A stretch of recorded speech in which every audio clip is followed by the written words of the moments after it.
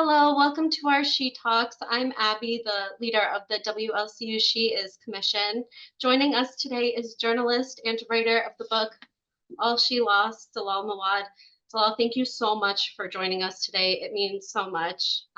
Just to get started, I was wondering if you could summarize All She Lost for us in your words. Sure. Thank you for having me on. All She Lost is the story of Lebanon's collapse, the recent collapse, and the Beirut explosion, but as narrated by women, survivors and victims. And what brings them together is that they're all survivors of this explosion. And it's the story of Lebanon's recent history, I would say. It's kind of a collective memoir. It's a political essay. It's a personal essay because my voice is in there as well. And it's a book that definitely is a nonfiction, but it has maybe a style that people are not very used to. It's a bit of narration, but there's a lot of oral history as well. And really, like when you read the women's stories, so it's really a number of stories put together, they weave together the story of Lebanon, the past 5 years, but also the condition of women in Lebanon's recent and modern history. Perfect. Thank you so much. You definitely mentioned a lot of things I want to ask you about. To begin, how did you decide it was only going to be the women survivors of the blast that you interview? So initially, the project of the book was to focus only on the Beirut explosion. It was intentional. I wanted to tell the story of the Beirut blast from the perspective of the victims and the survivors. Rarely is history written from the perspective of victims and survivors. And when I started doing the research, I realized that as a journalist who covered the Beirut explosion, I was back then with the Associated Press. A lot of my stories had women voices in them, although this was never intentional. And then throughout my career in the Middle East, and I reported on Lebanon, Syria, Iraq, on refugees, women were the most powerful storytellers. And so I thought, this was an opportunity to give Lebanon's women, and by that I don't just mean Lebanese women, but women in Lebanon, a safe space and platform to tell their stories and to talk about what happened on August 4th. And then I realized that really all of these women were survivors of more than just that apocalyptic day. They were survivors of Lebanon's unprecedented and most recent financial and economic crisis. They were survivors of the endless cycles of violence in Lebanon. So the civil war, political assassinations, Israel's wars in Lebanon. And they've been really surviving so much without any proper healing. So trauma on top of trauma. And so many themes came out of this initial interview on the Beirut explosion. And so I thought, this was also an opportunity to write history from their perspective, because history is rarely written and told by women, although they're major actors and major players. And it's an opportunity for them to tell their personal stories, their stories of survival in this economic crisis and in the Beirut blast. But also, they're there to paint the picture of women's condition, as I mentioned, in Lebanon's recent and modern history. All She Lost is the first book I've read that delves into the modern history of Lebanon, written by a woman. When you were writing about the Beirut blast from a female perspective, did you realize you were also one of very few women, if not the only one, who has written about the recent history of Lebanon? And that is also of great significance. I don't know if I'm the only woman to have written, about Lebanon's history from a women's perspective. I'm definitely one of the few ones, not just in Lebanon, but the whole Middle East region. I know there were some books in Syria written by women and, through women narratives.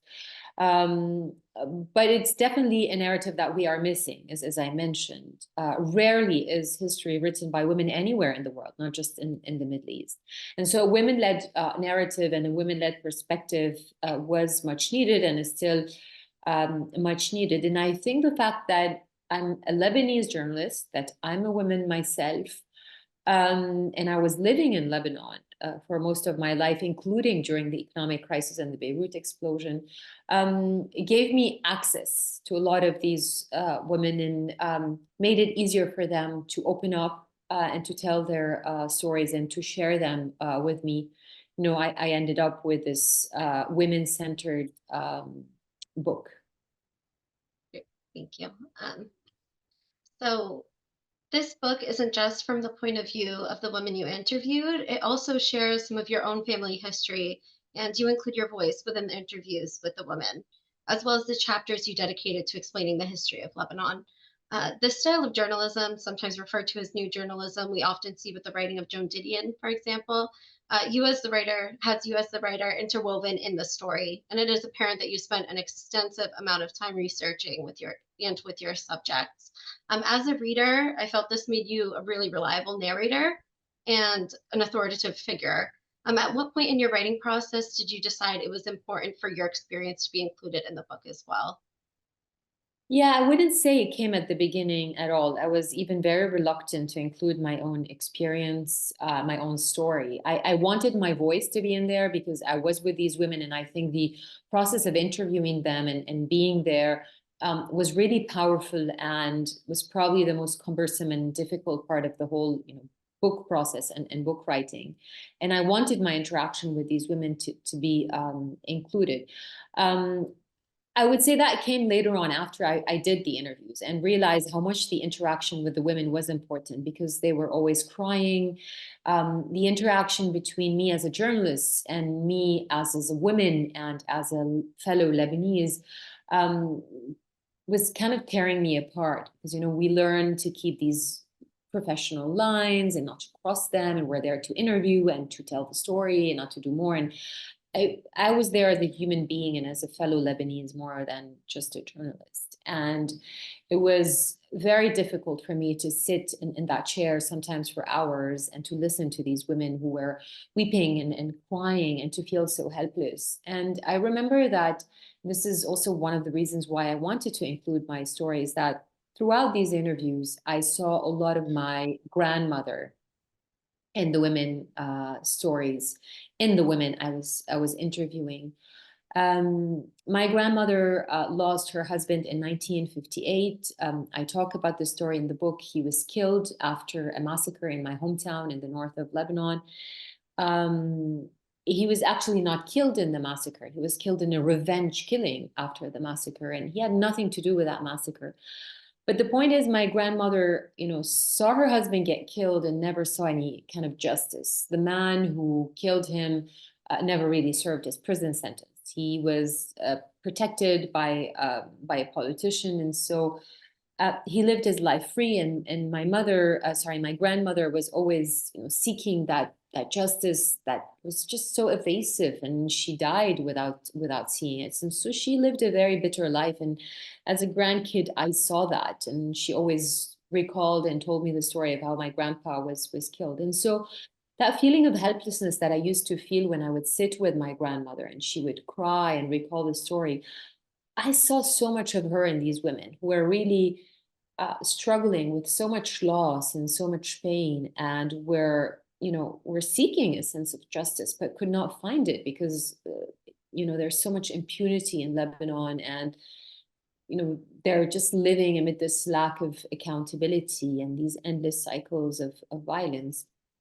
And so at this point, I kind of built a thread between my grandmother, some 50 years ago, losing her husband and not finding justice, and fast forward, my daughter and her generation surviving the Beirut explosion and also not seeing any sense of justice. I mean, to this day, no one has been held accountable for the Beirut blast. So if you want, it's this personal thread from my grandmother to my daughter, passing through all these women from different backgrounds and different ages to tell the story of Lebanon, and mostly to talk about impunity and the lack of justice.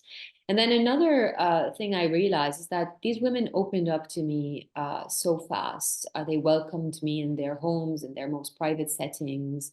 They shared with me very personal and very painful stories. So I felt when I was writing that I owed it to them to expose myself in some of my vulnerabilities and to share my story as well, the way they shared theirs with me. And so I decided to include that.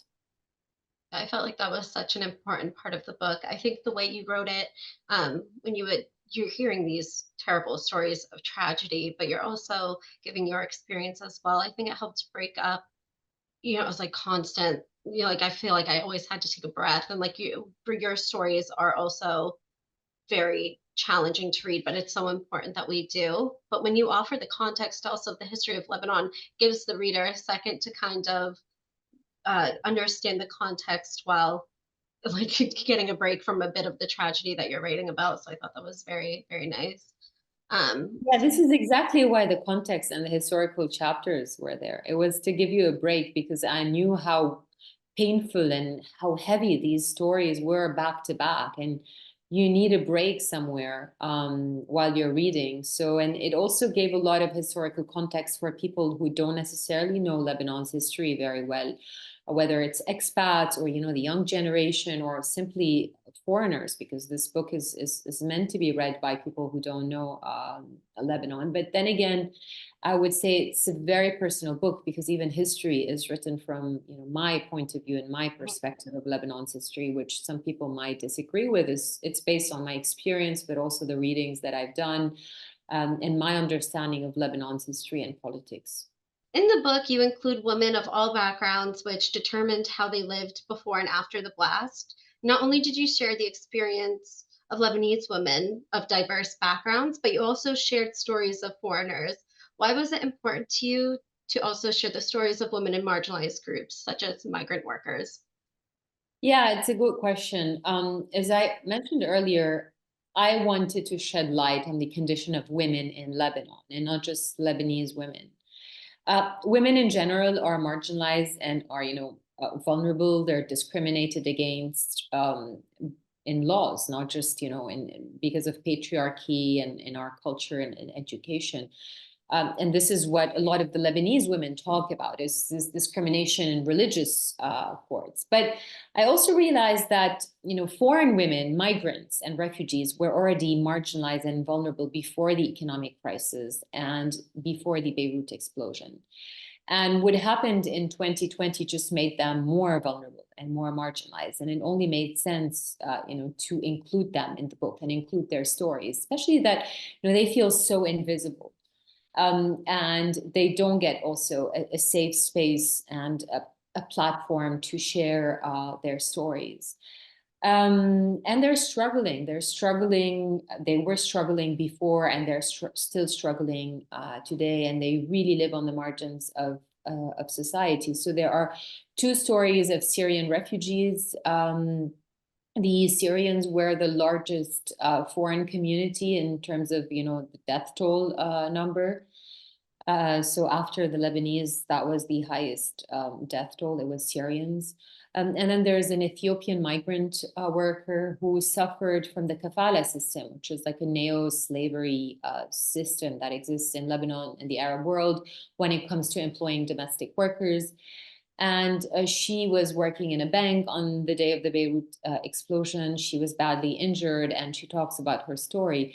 And you really feel when you're reading her story how invisible she feels and how marginalized she is. And I felt like, allowing them to tell their stories and to talk about their stories with their own voice, and that's the power of oral history, would empower them very much. And it's important to remind people, especially people outside of Lebanon, that, non-Lebanese women are also suffering.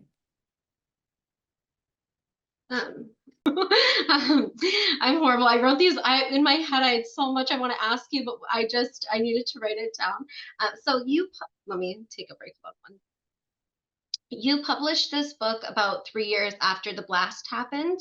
You state in the book that there is an amnesia that people of Lebanon face. They are struggling every day for their basic necessities and have stopped protesting on the streets like they were before the blast and right after the blast happened. Um, it is though the emotional devastation of the blast conflicts with the need to carry on with everyday life in a country that is in economic collapse. When you wrote the book, were you at all worried that there wouldn't be an audience for a work of nonfiction that forces the reader to reckon with the aftermath of the blast from such a personal firsthand account from the survivors? Um, Actually, no, I was not worried because one of the intentions of this book is for it to serve as a collective memoir for future generations, Lebanese, to remember and not forget what happened. Because after the civil war, you know, we went into a phase of amnesia very much. That might be like a short-term coping mechanism after traumatic events, but I don't think people forgot really about the civil war. And the proof is these women, when I was talking to them about the Beirut explosion, they told me how the explosion triggered memories from the civil war, and they speak about the civil war. But what happened after the civil war is I think the Lebanese did not have a collective memoir. There was no work done on documenting what happened from the perspective of the victims and the survivors. History is always, written by the winners or the politicians or experts, historians. There's not a lot of oral history that's done from the perspective of the victims, from the perspective of the average Lebanese. But this is all part of very complicated political picture, which really did not want any real reconciliation, truth and reconciliation process to happen. And it's the politicians that, gave themselves an amnesty and made, shook hands, but the people really never faced what would happen, and they never went through this truth and reconciliation process. And so this is why I wanted to write this book, is that for in the future, when people pick up this book, they will see what happened, and they will read it from the perspective of the victims and the survivors, and not from the perspective of the political establishment.